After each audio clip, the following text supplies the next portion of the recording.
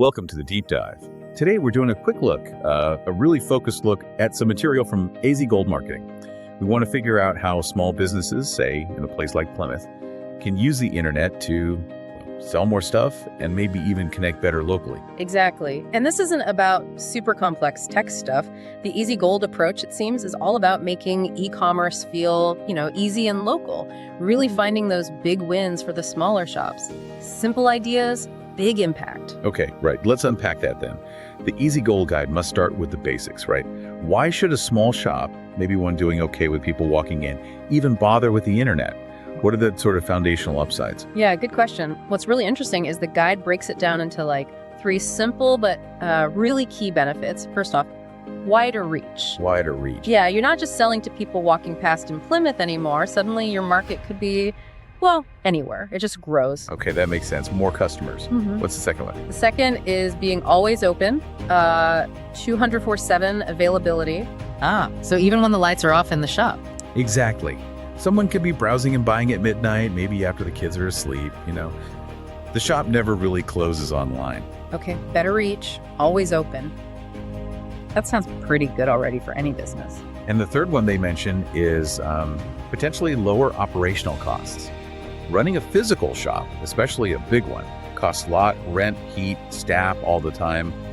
The guide suggests online selling can sometimes be, cheaper to run as it grows. Right, potentially saving some money there. Okay, so those are the big sort of global benefits.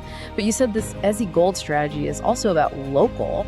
That seems tricky. If you're selling everywhere, how do you stay focused on Plymouth? Don't you just become another faceless website? That's the really interesting part, I think, how they connect the digital world back to the actual neighborhood. Yeah.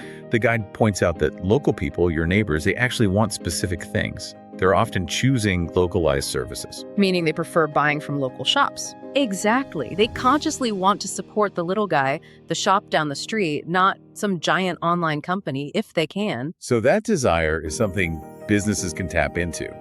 What else do local customers want, according to the guide? Convenience. Always convenience. Specifically, really good delivery options. They want things fast and easy, especially if they live nearby.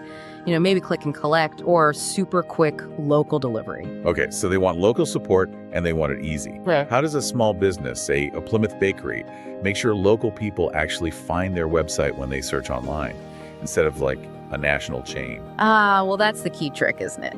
The guide calls it Local SEO strategies.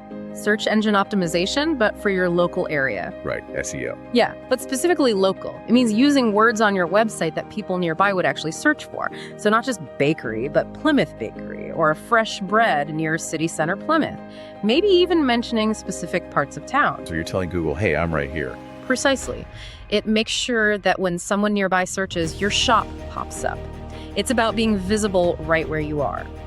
The guide also touches on working with people already in the community. Like local partnerships? Yeah, exactly. Things like collaborating with local influencers, people trusted in the Plymouth community, or maybe running online offers linked to community events like a local festival or market day. So driving traffic from local happenings to the online store. Makes sense. It sort of completes the circle, linking the online shop back to the real-world neighborhood. So let's wrap this up. What does this Easy Gold thinking mean for you listening? Well, it seems small businesses, like those in Plymouth, can use these online tools to get those big advantages selling more. Being always open without losing that connection to their local customers. They can actually strengthen it. Yeah, and looking bigger picture, having both a physical shop and a strong localized online presence, it builds resilience, doesn't it? It means the business isn't solely reliant on foot traffic, bad weather, a quiet week. The online side can help keep things steady. It's about long-term strength, stability. Which leads to a final thought, maybe something for you to ponder. If your local Plymouth shop can now sell its unique products to literally anyone, anywhere in the world, how do they make sure that the service part, maybe the quick local delivery or a little handwritten note, or just the quality that comes from being in Plymouth, how do they make sure that always feels special and tied to home so the customer, wherever they are, knows they're getting something genuinely from that community?